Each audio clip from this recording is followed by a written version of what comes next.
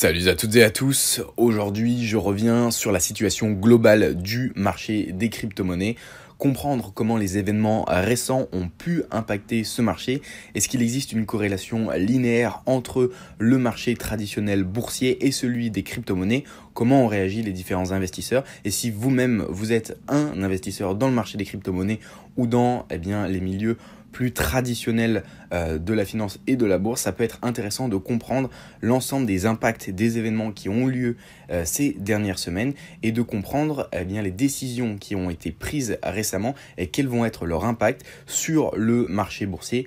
On parle notamment d'une fermeture catégorique de la bourse. Quel va être l'impact pour le marché des crypto-monnaies? Est-ce qu'il va repartir à la hausse ou à la baisse? Quelles vont être les anticipations des investisseurs? Est-ce qu'on est à l'aube d'une crise économique? Toutes ces questions, bien évidemment, je n'ai pas les réponses concrètes. Néanmoins, je vais essayer de vous apporter des éléments de réponse pour que vous puissiez vous construire votre propre opinion, que vous puissiez avoir l'analyse la plus concrète sur le marché des crypto-monnaies d'une part, si vous êtes un investisseur ou du moins si l'univers de la finance dans le milieu des crypto-monnaies particulièrement vous intéresse. Est-ce que ça représente une opportunité? Parce que souvent on entend dire que la crise est également saine puisque c'est une phase d'opportunité pour les investisseurs qui peuvent, le cas échéant, acheter un actif moins cher pour pouvoir le vendre plus tard et ainsi réaliser une plus-value. Est-ce qu'on est dans cette période d'opportunité? Je vais essayer de vous donner des éléments de réponse et également vous dire pourquoi le marché des crypto-monnaies est loin de mourir. Voilà, tout simplement, on entend beaucoup dire que le marché des crypto-monnaies, suite à la baisse monumentale qu'il y a eu, est en train de décéder, est en train de mourir. Les investisseurs se désintéressent totalement des crypto-monnaies. Vous allez pouvoir le constater vous-même que ce n'est pas du tout le cas. Rien qu'aujourd'hui, si on se rend sur le site Coin360, on peut voir que le Bitcoin, en l'espace de 24 heures, a pris 21% en seulement 24 heures et évidemment le mastodonte Bitcoin a dicté la tendance générale. S'en est suivi d'un Ethereum qui a pris exactement la même plus-value en 24 heures ainsi que l'ensemble pratiquement des crypto-monnaies. Un petit tips et conseil pour que vous puissiez savoir d'une façon générale, c'est corrélé, mais il faut le garder à l'esprit. L'USDT qui est un stablecoin est très utilisé par les investisseurs pour pouvoir trader les crypto-monnaies. Ainsi, lorsque la tendance est baissière, lorsque les investisseurs vendent leurs crypto-monnaies, comme du Bitcoin, de l'Ethereum, etc., ils ont tendance à l'échanger contre de l'USDT. Et lorsqu'ils souhaitent acheter les crypto-monnaies, ils vont vendre leur USDT pour acheter l'actif qui les intéresse. Et donc, on observe généralement une corrélation négative entre la hausse du cours du Bitcoin et de l'USDT, généralement. Puisque lorsque l'on veut acheter du Bitcoin, on vend de l'USDT et inversement. Donc voilà, si vous voulez avoir un aperçu global très rapide, vous pouvez regarder directement l'USDT et le Bitcoin pour avoir la tendance générale du marché. Donc je vais coupler deux pistes d'arguments pour vous dire en quoi en ce moment on est dans une période d'opportunité à mon sens. Après, toutes les décisions d'investissement sont à prendre personnellement. Évidemment, je ne donne aucun conseil d'investissement, simplement une analyse qui va s'appuyer sur une analyse graphique et également fondamentale. Donc fondamentale, ce sont les news que tout le monde peut comprendre et interpréter en fonction de la réaction humaine. Il y a une grande part de psychologie dans le domaine boursier qu'il va falloir prendre en compte. Il s'agit en fait d'anticiper ce que va penser le plus grand nombre. C'est notamment la métaphore qu'utilisait l'économiste John Maynard Keynes, c'est le concours en fait de beauté. Savoir quel est, en tout cas prévoir en fait le résultat d'un concours. C'est exactement la même chose sur les marchés boursiers. Vous allez en fait anticiper et quelque part parier sur le fait que le plus grand nombre va estimer que le prix va atteindre cette zone ou cette zone. Par exemple, si je prends ici le cours du Bitcoin sur la base de BitPay sur TradingView, vous pouvez voir que ici le cours se situe à peu près aussi entre 6700 et 6800 $.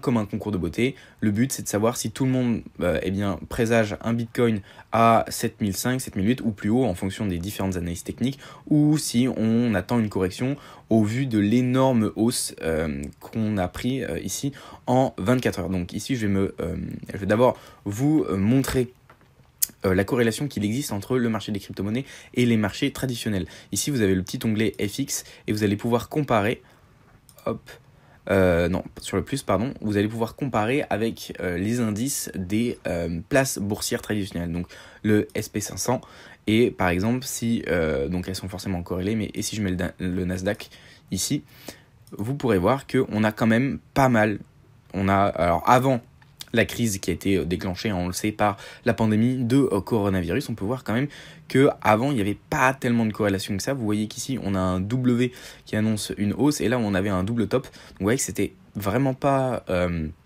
corrélé de façon stricte. Néanmoins, lorsqu'on a eu la crise, et ben là, tout le monde s'est mis d'accord et on a observé une corrélation nette. À partir de là, aujourd'hui, la corrélation ne s'observe plus tellement, puisque là, on est plutôt sur un range pour ce qui est des bourses traditionnelles, alors que le Bitcoin et le marché des crypto-monnaies en général est enfin en train de connaître une hausse bien plus marquée que les marchés traditionnels. Donc ça laisse supposer que la plupart des investisseurs regagnent confiance dans le marché des crypto-monnaies et le Bitcoin et se détachent petit à petit du marché traditionnel. Cette analyse est complètement éphémère, hein. Je ne dis pas du tout que le marché traditionnel ne compte aucun investisseur, qui sont tous en train de se déporter sur le marché des crypto-monnaies.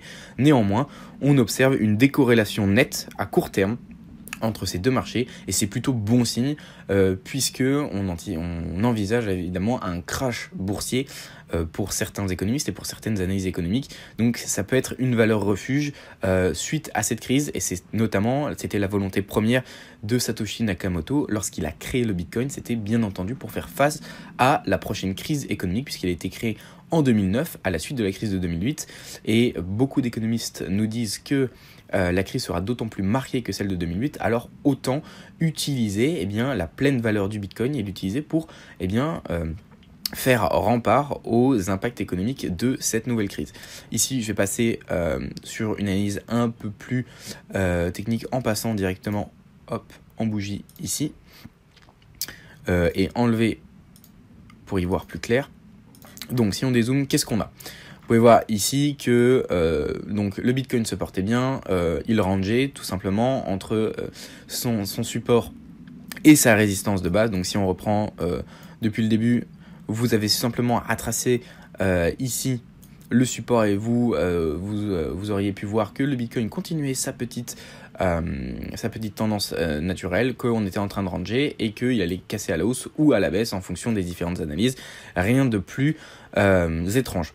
Cependant, lorsqu'on a commencé à avoir une baisse sur le marché traditionnel, ici, on a commencé à entamer une baisse qui d'abord était moins soutenue, et puis d'un coup, on a eu une énorme baisse. Ici, on est passé d'un Bitcoin à 9500, voire 10 000 à son apogée ici, pour toucher au plus bas les 4500. Si ici, on trace un petit retracement de Fibonacci, vous pouvez voir que si on prend le plus haut et le plus bas à court terme, ici, on peut voir que ici on se trouve encore dans une zone de rechargement. Bien, là je l'ai tracé vraiment à la va-vite, il faut vraiment faire gaffe à prendre le bout des mèches ici pour avoir le maximum de fiabilité, et vous pouvez voir que vraiment on a eu une chute et une baisse vraiment marquée. Et donc bien évidemment, l'un des adages principaux de l'investisseur, c'est d'acheter quand c'est bas et de vendre quand c'est haut. Donc ça reste, à mon sens, une opportunité si le marché va rejoindre une autre fois les 9500 € pour le Bitcoin. Une autre caractéristique importante à prendre en compte, et là on va plutôt passer du côté de l'analyse fondamentale, mais en ça je voulais juste vous montrer quelques chiffres sur le CAC 40. Vous pouvez voir que on a des chiffres impressionnants. À l'espace de 24 heures, on a du plus 17%, plus 15%, 13%, etc. Donc vous pouvez voir que les chiffres varient également de façon exponentielle sur le CAC 40, ce qui n'est pas vraiment habituel.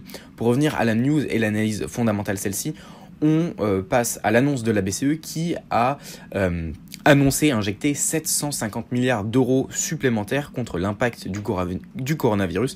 Vous avez sans doute pu l'entendre via les médias, mais le gouvernement a déjà établi un plan de relance avec un soutien actif à l'économie, et ça, ce n'est pas à remettre en cause, hein. Ce sont les préceptes keynésiens qui sont en train d'agir. Lorsque l'économie va mal, il faut que les politiques de relance soient de vigueur pour pouvoir relancer l'économie, l'optimisme des investisseurs et relancer en fait la machine. Néanmoins, et la situation que décrivent plusieurs économistes, c'est qu'on serait dans une situation de trappe à liquidité, et dans ce cas-là, l'injection de liquidité, comme 750 milliards d'euros, ce qui est le cas ici, pourrait ne pas avoir les effets escomptés. Et vous savez tout simplement que lorsque il y a de plus en plus d'euros, en l'occurrence et d'argent qui sont injectés dans le système monétaire, et plus l'inflation sera importante. Comme un vase rempli d'eau, s'il est déjà bien rempli, c'est la goutte d'eau qui fait déborder le vase, et à ce moment-là, on aura de l'inflation. Qu'est-ce que ça signifie ? Ça signifie une perte de valeur du pouvoir d'achat. C'est ce qui signifie que, par exemple, on prend souvent l'exemple de la baguette de pain à l'époque des francs.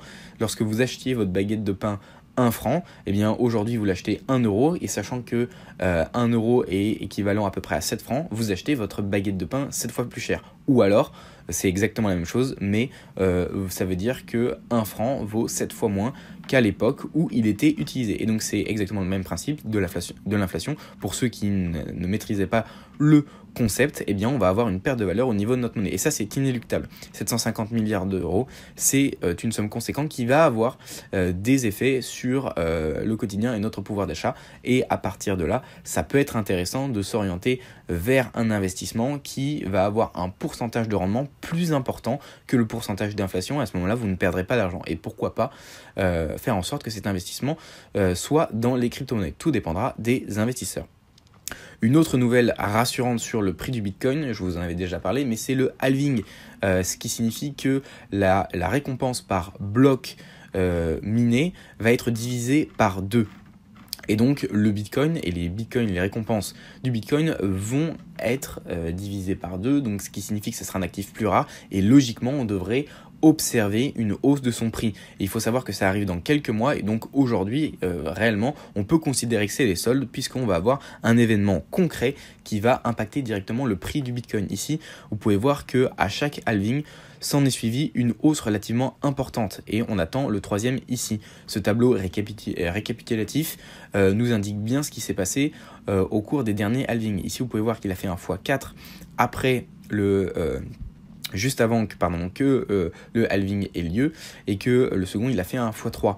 Ça c'était 24 mois avant, et là c'était 25. Et ensuite on a eu une baisse du prix. Évidemment on a une correction aujourd'hui, comme vous pouvez le voir, plus 20%. Dans les prochains jours on va avoir une correction, c'est tout à fait naturel. C'est comme ça que les marchés fonctionnent, c'est une science empirique qui fonctionne sur l'expérience de ce qu'on a observé au préalable. Et donc forcément il faudra s'attendre à ça, et la plupart du temps, même si à chaque fois on dit que c'est différent, c'est relativement faux. La plupart du temps les investisseurs et les individus réagissent de la même façon. Donc ça, c'est un point positif, le halving à prendre en compte.